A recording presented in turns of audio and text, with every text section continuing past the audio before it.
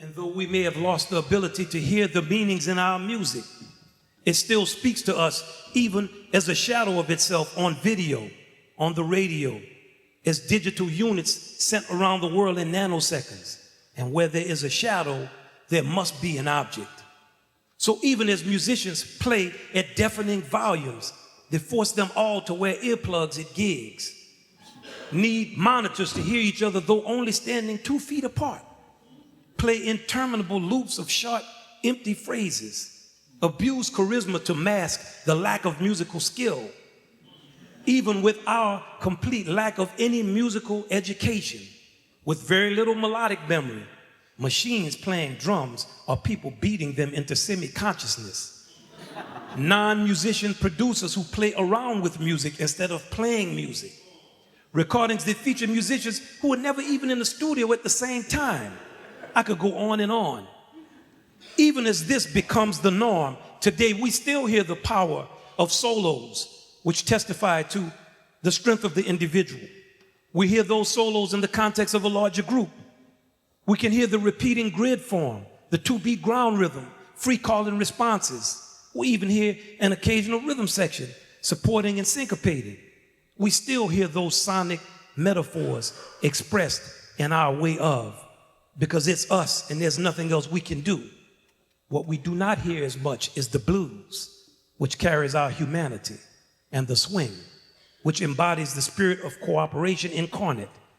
And the paucity of these two elements in our national music speaks to the lack of civility and desire to cooperate we now feel in our way of life. Now there is a questioning of human value and the systems set in place by those who were never properly taught democratic imperatives through any culture, let alone the culture of music, begin to degrade us as we become too lazy to participate in our own lives, sinking lower and lower into a resigned apathy. We got to remember, the blues asks no quarter and it gives none. We are given the opportunity to change our way of life.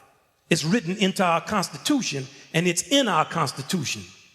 Though it may be hard to believe in this moment of hysterical nowness, when our fine art has floated away in a cloud of over-refinement that drains it of vitality, and when much of our popular music relies on the purely profane in such a juvenile context, it lacks even the dynamism of the debauched. In this sweltering morass of social and cultural underachievement, we look to the success of our technological industries to define us. You know, the science, the math of a music, it can be perfectly beautiful theoretically, yet sound absolutely horrible. These disciplines have to serve humanity because the math of a system allows for inhumanity to sometimes be the correct answer. My mentor, the great Ohio trumpeter Sweet Edison, told me, man, you're playing a lot of notes, baby, and they're all in the right place. They're right in the harmony. But man, you ain't saying nothing. Say something to me. Touch me. Make me feel something.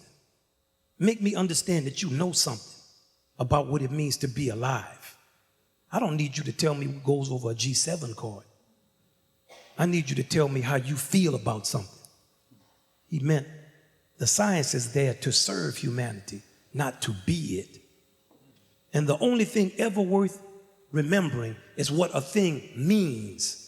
And a nation needs a much longer memory than an individual, especially in times of crisis when you have to reach for your collective identity.